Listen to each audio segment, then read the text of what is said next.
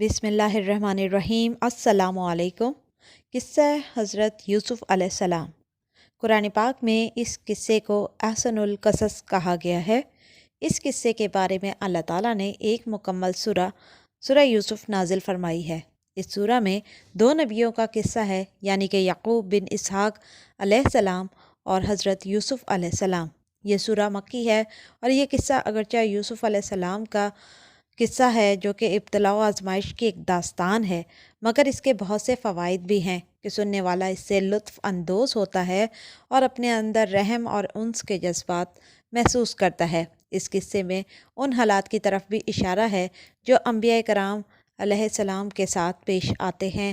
عام انبیاء کے حالات و واقعات سے معلوم ہوتا ہے کہ وہ پہلے آسودہ حال تھے، لیکن جب انہوں نے دعوت تبلیغ کی تو ان کی قوم نے ان کی تکذیب کی اور پھر ان پر آزمائش کا سلسلہ شروع ہوا اور پھر ان کی قوم پر عذاب نازل ہوا۔ لیکن اس قصے میں اس کے برعکس معاملہ ہے۔ پہلے آزمائش اور ابتلاء کا دور ہے، پھر آسانی و فروانی کی داستان ہے۔ عطا رحمۃ اللہ علیہ فرماتے ہیں کہ غم زدہ پریشان حال اگر یوسف علیہ السلام کے قصے کو سنتا ہے تو اس کو سکون ملتا ہے، وہ مطمئن ہو جاتا ہے، کیونکہ اس میں تنگی کے بعد آسانی ہے۔ سورہ یوسف عام الحزن میں نازل ہوئی۔ عام الحزن وہ سال ہے جس میں حضور اکرم صلی اللہ علیہ وآلہ وسلم کے چچا ابو طالب اور زوجہ حضرت خدیجۃ الکبریٰ رضی اللہ تعالیٰ عنہ دنیا فانی سے رخصت ہوئے۔ یہاں تک کہ ابن عباس رضی اللہ تعالیٰ عنہ فرماتے ہیں کہ حضور اکرم صلی اللہ علیہ وسلم نے 4 خط کھینچے اور صحابہ کرام رضوان اللہ علیہم اجمعین سے فرمایا، جانتے ہو میں نے یہ خط کیوں کھینچے ہیں؟ صحابہ کرام رضوان اللہ علیہم اجمعین نے فرمایا، نہیں، آپ صلی اللہ علیہ وسلم فرمائیے۔ حضور اکرم صلی اللہ علیہ وسلم نے فرمایا، جنت کی افضل ترین عورتیں 4 ہیں۔ پہلی مریم بن عمران، دوسری خدیجہ بنت خویلد، تیسری فاطمہ بنت محمد صلی اللہ علیہ وسلم اور چوتھی آسیہ بنت مزاحم۔ حضرت ابو طالب رضی اللہ تعالیٰ عنہ اور حضرت خدیجۃ الکبریٰ رضی اللہ تعالیٰ عنہ کے انتقال کے بعد حضور اکرم صلی اللہ علیہ وسلم بہت زیادہ غمزدہ تھے، تو اللہ تعالیٰ نے سورہ یوسف نازل فرما کر آپ صلی اللہ علیہ وسلم کو تسلی دی کہ ہر تنگی کے بعد فراوانی ہے اور ہر مشکل کے بعد آسانی ہے۔ حضرت یوسف علیہ السلام کے قصے سے بھی ہمیں یہی حکمتیں ملتی ہیں۔ آئیے اب چلتے ہیں حضرت یوسف علیہ السلام کی داستان کی طرف۔ اللہ تعالیٰ نے حضرت یعقوب علیہ السلام کو حسن و جمال کے پیکر، صبر و ثبات کے مجسمے اور عفو و درگزر کے عظیم علمبردار بیٹے حضرت یوسف علیہ السلام عطا فرمائے اور انہیں منصب نبوت سے سرفراز فرمایا۔ اللہ تعالیٰ نے آپ کی شان میں قرآن مجید میں ایک پوری مکمل سورہ یوسف نازل فرمائی ہے، جس میں آپ علیہ السلام کا مکمل قصہ ایک ہی جگہ بیان ہوا ہے، جبکہ باقی انبیاء کرام کے قصے مختلف صورتوں میں جگہ جگہ ملتے ہیں۔ آپ علیہ السلام کے واقعے کو احسن القصص یعنی بہترین قصہ خود باری تعالیٰ نے ارشاد فرمایا ہے۔ ترجمہ: اے پیغمبر، ہم اس قرآن کے ذریعے سے جو تمہیں وحی تمہاری طرف بھیجا ہے ایک نہایت اچھا قصہ سناتے ہیں اور تم اس سے پہلے بے خبر تھے۔ سورہ یوسف آیت نمبر 3۔ اس قصے کی ابتدا حضرت یوسف علیہ السلام کے ایک خواب کا تذکرہ ہے، جس کی تعبیر انتہائی عظیم اور شاندار ثابت ہوتی ہے۔ ارشاد باری تعالیٰ ہے، جب یوسف نے اپنے والد سے کہا کہ ابا جان، میں نے خواب میں 11 ستاروں اور سورج اور چاند کو دیکھا ہے، دیکھتا کیا ہوں کہ وہ مجھے سجدہ کر رہے ہیں۔ انہوں نے کہا، بیٹا، اپنے خواب کا ذکر اپنے بھائیوں سے نہ کرنا، نہیں تو وہ تمہارے حق میں کوئی فریب کی چال چلیں گے۔ کچھ شک نہیں کہ شیطان انسان کا کھلا دشمن ہے، اور اسی طرح اللہ تمہیں برگزیدہ و ممتاز کرے گا اور خواب کی باتوں کی تعبیر کا علم سکھائے گا، اور جس طرح اس نے اپنی نعمت تم سے پہلے تمہارے دادا پردادا ابراہیم اور اسحاق پر پوری کی تھی، اسی طرح تم پر اور اولاد یعقوب پر پوری کرے گا۔ بے شک تمہارا پروردگار سب کچھ جاننے والا اور حکمت والا ہے۔ سورہ یوسف آیت نمبر 4 سے 6۔ حضرت یوسف علیہ السلام وغیرہ 12 بھائی تھے۔ انہوں نے یہ خواب بچپن میں دیکھا تھا تو خوف سے جاگ اٹھے اور والد صاحب کو یہ خواب سنا دیا۔ 11 ستاروں سے مراد ان کے 11 بھائی اور سورج اور چاند سے مراد ان کے والدین ہیں۔ جب آپ علیہ السلام نے یہ خواب حضرت یعقوب علیہ السلام کو سنایا تو وہ سمجھ گئے تھے کہ آپ علیہ السلام کو دنیا اور آخرت میں بلند مقام و مرتبہ حاصل ہونے والا ہے، لہٰذا آپ علیہ السلام نے یوسف علیہ السلام کو یہ تاکید فرمائی کہ اس کا ذکر اپنے بھائیوں سے نہ کرنا، کہیں وہ حسد نہ کرنے لگے۔ حضرت یعقوب علیہ السلام کو حضرت یوسف علیہ السلام سے بے پناہ محبت تھی۔ یہی محبت بھائیوں سے برداشت نہیں ہوتی تھی اور حسد کی آگ میں وہ لوگ جلنے لگے اور یوسف علیہ السلام کے خلاف سازشیں کرنے لگے۔ ارشاد ہوتا ہے، ہاں، یوسف اور ان کے بھائیوں کے قصے میں پوچھنے والوں کے لیے بہت سی نشانیاں ہیں۔ جب انہوں نے آپس میں تذکرہ کیا کہ یوسف اور اس کا بھائی ابا جان کو ہم سے زیادہ پیارے ہیں، حالانکہ ہم جماعت کی جماعت ہیں، کوئی شک نہیں کہ ابا جان سرہی غلطی پر ہیں، لہٰذا یوسف کو یا تو جان سے مار ڈالو یا کسی ملک میں پھینک آؤ، پھر ابا جان کی توجہ صرف تمہاری طرف ہو جائے گی اور اس کے بعد تم اچھی حالت میں ہو جاؤ گے۔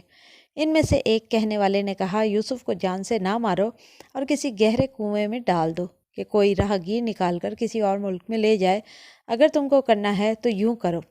سورہ یوسف آیت نمبر 7 سے 10 تک۔ اللہ تعالیٰ نے اس واقعے میں موجود نشانیوں، حکمتوں، نساء اور دلائل کی طرف توجہ دلائی ہے۔ پھر یوسف علیہ السلام سے ان کے بھائیوں کا حسد کا تذکرہ بھی فرمایا ہے کہ وہ سمجھتے تھے کہ ان کے والد ان سب کی نسبت حضرت یوسف علیہ السلام اور ان کے سگے بھائی بنیامین سے زیادہ محبت رکھتے ہیں، حالانکہ وہ ان سے زیادہ محبت کے حقدار ہیں۔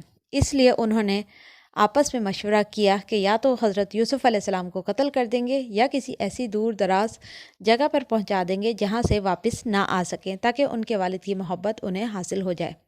جب اس رائے پر اتفاق ہو گیا تو انہوں نے اپنی اس تدبیر کو عملی جامہ پہنانے کی کوشش شروع کی اور ارشاد باری تعالیٰ ہوتا ہے، کہنے لگے کہ ابا جان، کیا سبب ہے کہ آپ یوسف علیہ السلام کے بارے میں ہمارا اعتبار نہیں کرتے، حالانکہ ہم اس کے خیر خواہ ہیں؟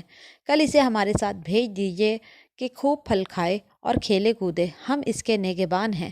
انہوں نے کہا کہ یہ امر مجھے غمناک کیے دیتا ہے کہ تم اسے لے جاؤ، یعنی وہ مجھ سے جدا ہو جائے، اور مجھے یہ بھی خوف ہے کہ تم کھیل میں اس سے غافل ہو جاؤ اور اسے بھیڑیا کھا جائے۔ وہ کہنے لگے کہ اگر ہماری موجودگی میں، جبکہ ہم ایک طاقتور جماعت ہیں، اسے بھیڑیا کھا گیا تب ہم بڑے نقصان میں پڑ گئے۔ غرض وہ اس کو لے گئے اور اس بات پر اتفاق کر لیا کہ اس کو گہرے کنویں میں ڈال دیں گے۔ تو ہم نے یوسف کی طرف وحی بھیجی کہ ایک ایسا وقت آئے گا کہ تم ان کو اس سلوک سے آگاہ کرو گے اور ان کو اس وحی کی کچھ خبر نہ ہوگی۔ یہ حرکت کر کے وہ رات کو باپ کے پاس روتے ہوئے آئے اور کہنے لگے کہ ابا جان، ہم تو دوڑنے لگے اور ایک دوسرے سے آگے نکلنے میں مصروف ہو گئے اور یوسف کو اپنے سامان کے پاس چھوڑ گئے تو اسے بھیڑیا کھا گیا، اور آپ ہماری بات کو خواہ سچ ہی کہیں مانیں گے نہیں، اور وہ ان کے کرتے پر جھوٹ موٹ کا خون بھی لگا لائے۔ یعقوب نے کہا کہ حقیقت حال یوں نہیں، بلکہ تم اپنے دل سے یہ باتیں بنا لائے ہو۔ اچھا صبر کہ وہی خوب ہے، اور جو تم بیان کرتے ہو اس کے بارے میں اللہ ہی سے مدد مطلوب ہے۔ سورہ یوسف آیت نمبر 11 سے 18 تک۔ ہوا کچھ یوں کہ آپ علیہ السلام کے سوتیلے بھائی آپ کو والد گرامی سے اصرار کر کے ساتھ لے گئے، اور جیسے ہی وہ حضرت یعقوب علیہ السلام کی نظروں سے اوجھل ہوئے تو انہوں نے آپ کو اپنے زبان و عمل سے ایذا رسانی شروع کر دی۔ انہوں نے پختہ فیصلہ کر لیا تھا کہ آپ کو کنویں کی گہرائی میں اس کے درمیان پڑے ہوئے اس پتھر پر پھینک دیں گے جسے راؤنا کہتے ہیں۔ جب کنویں میں پانی کم ہوتا ہے تو ایک آدمی کنویں میں اتر کر اس پتھر پر کھڑا ہو جاتا ہے اور ڈول میں خود سے پانی بھرتا ہے۔ پھر جب انہوں نے آپ کو کنویں میں پھینک دیا تو اللہ تعالیٰ نے آپ کی طرف وحی نازل فرمائی کہ آپ علیہ السلام جس مصیبت میں گرفتار ہو گئے ہیں اس سے آپ کو ضرور نجات ملے گی۔ آپ علیہ السلام اس وقت بھائیوں کو ان کے کرتوت یاد دلائیں گے جب آپ کو عزت و اقتدار حاصل ہوگا اور یہ لوگ آپ کے محتاج بھی ہوں گے اور آپ سے خوف زدہ بھی ہوں گے اور انہیں معلوم نہیں ہوگا۔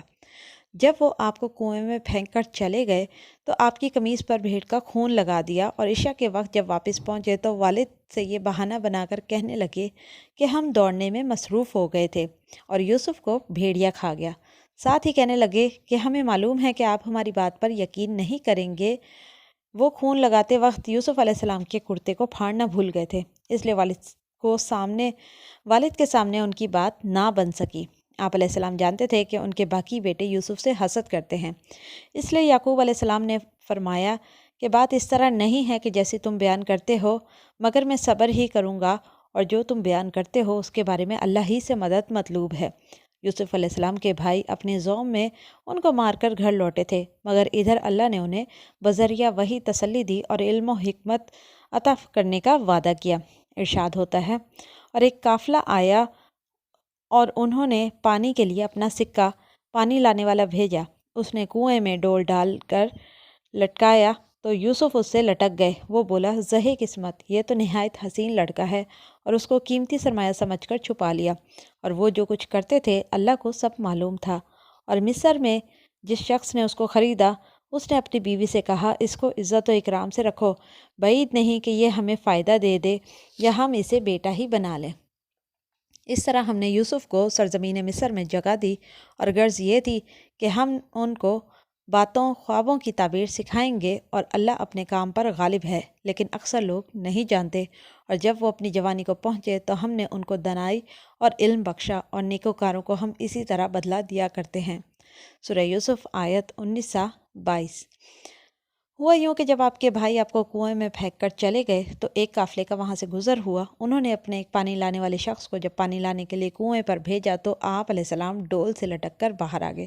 اس شخص نے آپ کو اپنے سامان تجارت میں شامل کر لیا اور خوش ہوا کہ آپ کو بیچ کر فائدہ حاصل کرے گا، مگر یہ حکمت خداوندی ہے کہ جب قافلہ مصر پہنچا تو اس شخص نے آپ کو بیچ دیا، اور جس شخص نے آپ کو خریدا وہ عزیز مصر تھا، یعنی شاہ مصر کا وزیر، جو ملک کے خزانوں اور معاملات کا ذمہ دار تھا۔ اور ساتھ ہی اللہ نے اس کے دل میں یہ خیال ڈالا کہ وہ آپ کے ساتھ حسن سلوک بھی کرے گا۔ تبھی اس نے اپنی زوجہ سے کہا کہ اسے عزت و اکرام سے رکھو، ہو سکتا ہے کہ یہ ہمیں فائدہ دے یا ہم اسے بیٹا بنا لیں، کیونکہ عزیز مصر کی کوئی اولاد بھی نہ تھی۔ اس طرح اللہ نے آپ کو مصر میں ایک ٹھکانہ عطا فرما دیا اور خوابوں کی تعبیر کا علم سکھایا۔ جب آپ علیہ السلام جوانی کی دہلیز پر پہنچے تو آپ کا حسن و جمال اور مردانہ وجاہت اپنے عروج پر تھی۔ عزیز مصر کی بیوی آپ کے حسن پر فریفتہ ہو گئی اور آپ کو ورگلانے کی لاحاصل کوششیں کرنے لگی۔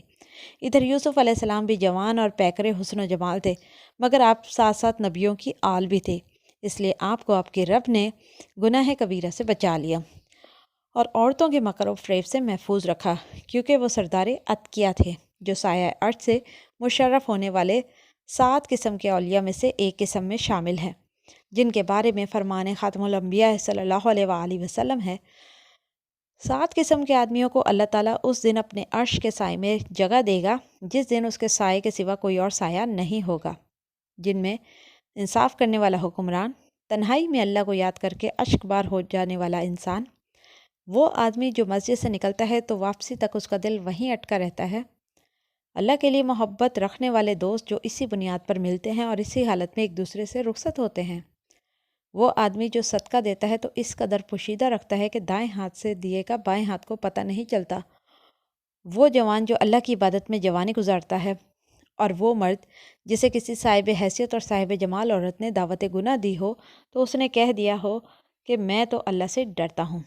صحیح بخاری حدیث نمبر 606، 660، صحیح مسلم حدیث نمبر 1031۔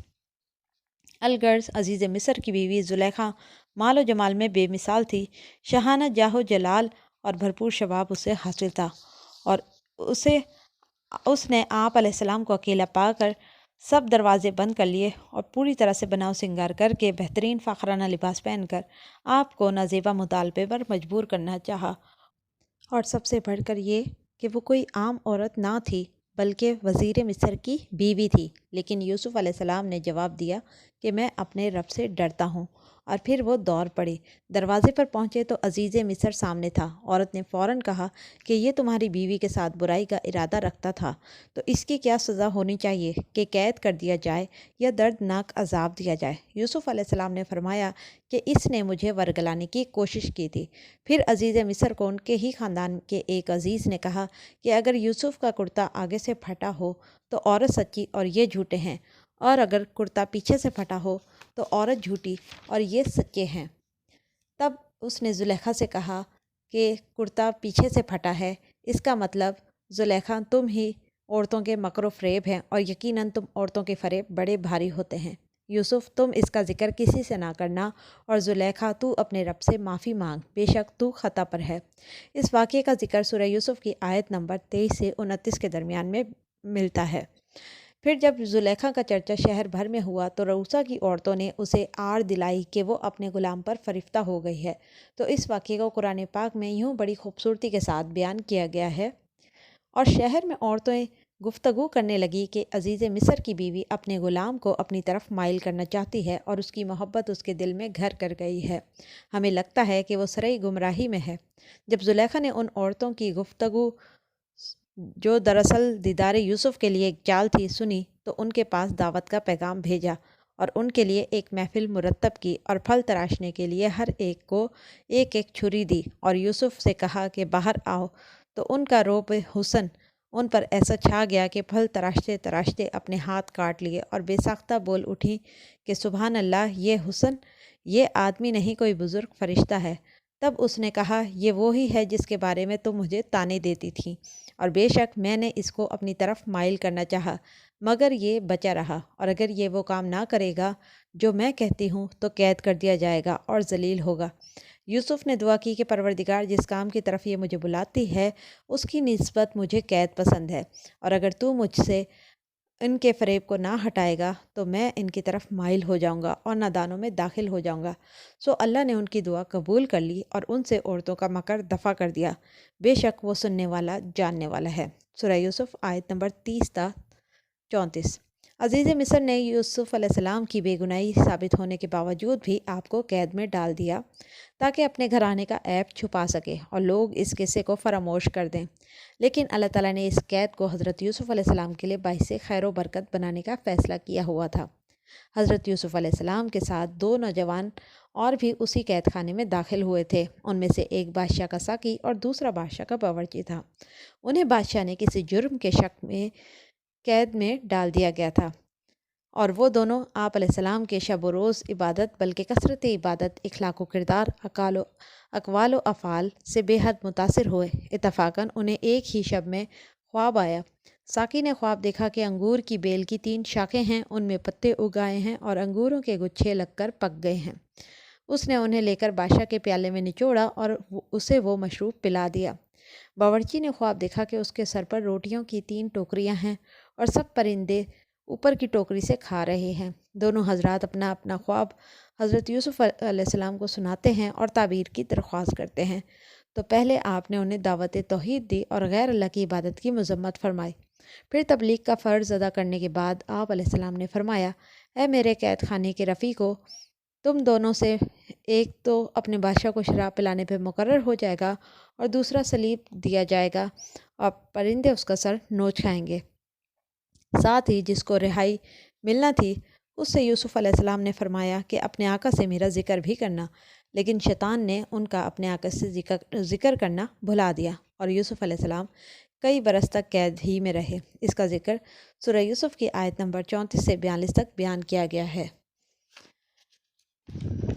یوسف علیہ السلام کا قیدی ساتھی رہا ہونے پر آپ کا تذکرہ کرنا بھول گیا اور یوں سالوں بیت گئے۔ پھر جب بادشاہ کو ایک خواب آیا اور تمام درباری اس کی تعبیر نہ کر سکے تو اسے یوسف علیہ السلام یاد آ گئے۔ آپ علیہ السلام بہترین تعبیر جاننے والے ہیں، لہٰذا اس نے بادشاہ سے اجازت لی اور تعبیر پوچھنے قید خانے میں چلا گیا۔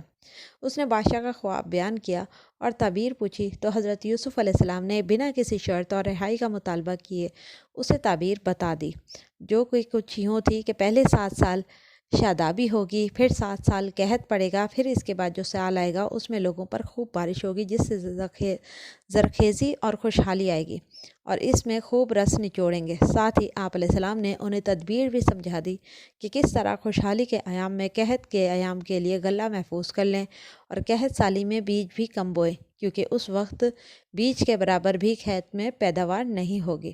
اس سے آپ علیہ السلام کے علم و فہم کا پتہ لگتا ہے۔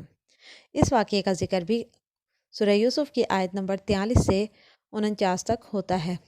خواب کی تعبیر معلوم ہونے پر بادشاہ نے آپ کو طلب کیا تاکہ آپ کو اپنے وزراء میں شامل کر لے، مگر آپ علیہ السلام نے اپنی مکمل بے گناہی کا اظہار کروائے بغیر جیل سے باہر آنے سے انکار کر دیا۔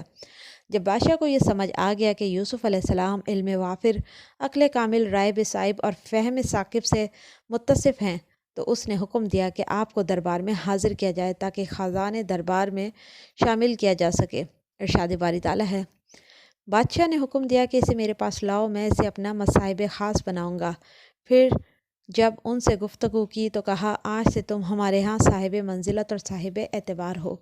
یوسف نے کہا کہ مجھے اس ملک کے خزانوں پر مقرر کر دیجئے کیونکہ میں حفاظت بھی کر سکتا ہوں اور اس کام سے واقف بھی ہوں۔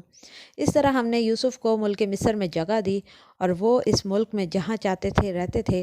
ہم اپنی رحمت جس پر چاہتے ہیں نازل کرتے ہیں اور نیکوکاروں کو اجر ضائع نہیں کرتے، اور جو لوگ ایمان لائے اور ڈرتے رہے ان کے لیے آخرت کا اجر بہت بہتر ہے۔ سورہ یوسف آیت 54 to 57۔ اس طرح اللہ تعالیٰ نے حضرت یوسف علیہ السلام کو طویل آزمائشوں کے بعد تخت مصر سے نوازا۔ جب آپ علیہ السلام کے حاسد بھائی کی قحط کے دنوں میں غلے کے لیے آپ علیہ السلام کے پاس آتے ہیں تو آپ انہیں فوراً پہچان لیتے ہیں، مگر وہ آپ علیہ السلام کو پہچان نہ سکتے تھے کیونکہ وہ سوچ بھی نہیں سکتے تھے کہ آپ علیہ السلام اس منصب و مقام پر فائز ہو سکتے ہیں۔ ادھر یعقوب علیہ السلام آپ کے غم فراق میں رو رو کر نابینا ہو گئے تھے۔ حضرت یوسف علیہ السلام نے ان بھائیوں سے ان کے اہل و عیال وغیرہ کے بارے میں معلوم کیا اور سب کو ایک ایک اونٹ کے بوجھ کے برابر غلہ دے دیا، اور فرمایا کہ آئندہ اپنے اس بھائی کو بھی لے آنا جو تمہارے باپ سے ہے۔ کیا تم نہیں دیکھتے کہ میں پورا ناپ کر دیتا ہوں اور میں بہترین میزبانی کرنے والوں میں سے ہوں؟ بس اگر تم اسے میرے پاس نہ لے کر آئے تو میری طرف سے تمہیں کوئی غلہ نہیں ملے گا۔ یہ سب آپ علیہ السلام نے اس لیے کیا تاکہ اپنے بھائی بنیامین سے مل سکیں۔ ساتھ ہی وہ رقم جو غلے کی مد میں آپ کے بھائیوں نے آپ علیہ السلام کو ادا کی تھی وہ بھی آپ علیہ السلام نے ان کے سامان میں واپس رکھ دی تاکہ گھر پہنچ کر انہیں اس کا معلوم ہو جائے تو پھر شاید وہ لوگ واپس لوٹ سکیں۔ قحط سالی کی وجہ سے آس پاس کے تمام علاقوں کے لوگ یہاں غلہ لینے آتے تھے، سو بھائیوں نے حسب وعدہ دوبارہ جاتے وقت بنیامین کو ساتھ لے جانے کی درخواست کی تو حضرت یعقوب علیہ السلام نے سختی سے رد فرما دی۔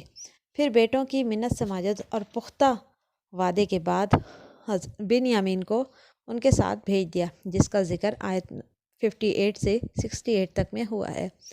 حضرت یعقوب علیہ السلام نے بیٹوں کو نصیحت کی کہ شہر میں الگ الگ دروازوں سے داخل ہوں، مگر جو تقدیر میں لکھا ہو وہ تدبیر سے ٹل نہیں سکتا۔ وہ لوگ الگ الگ دروازوں سے داخل ہو گئے اور غلہ لیا، لیکن حضرت یوسف علیہ السلام اپنے بھائی بنیامین کو بلا وجہ اپنے پاس نہیں روک سکتے تھے، سو انہوں نے اپنا پانی پینے کا پیالہ بنیامین کے کجاوے میں رکھ دیا اور تمام بات بنیامین کو بتا دی کہ وہ یوسف ہیں ان کے بھائی اور وہ جو کچھ کریں گے اس سے گھبرانا نہیں ہے۔ پھر آپ علیہ السلام نے جب قافلہ شہر سے باہر نکلا تو ایک ملازم کے ذریعے ندا کروائی کہ قافلے والو تم چور ہو، بادشاہ کا پانی پینے کا پیالہ کھو گیا ہے، جو شخص اس کو لے آئے گا اسے 1 اونٹ کے برابر غلہ دیا جائے گا۔ بھائیوں نے کہا کہ ہم چور نہیں ہیں، نہ ہی ہم نے چوری کی اور نہ ہی ملک میں خرابی کے لیے آئے ہیں۔ وہ بولے کہ اگر تم جھوٹے نکلے یعنی چوری ثابت ہوگی تو اس کی سزا یہ ہے کہ جس کے سامان سے چیز برآمد ہوگی وہی قید کر دیا جائے گا۔ پھر آپ علیہ السلام پہلے باقی بھائیوں کے سامان کو دیکھنا شروع کرتے ہیں اور آخر میں بنیامین کا سامان دیکھتے ہیں اور پیالہ برآمد کر لیتے ہیں۔ اس پر بھائیوں نے کہا کہ ہم میں سے کسی کو رکھ لیجئے، ہمارے والد سے ہم نے وعدہ کیا ہے کہ اس کو واپس لے کر جائیں گے، سو اس لیے ہم اس کو یہاں نہیں چھوڑ سکتے۔ جس پر حضرت یوسف علیہ السلام نے فرمایا کہ اگر میں ایسا کروں گا تو یہ ظلم ہوگا کہ خطا کار کوئی اور ہے اور سزا کسی اور کو دوں، اس لیے میں اسے ہی رکھوں گا۔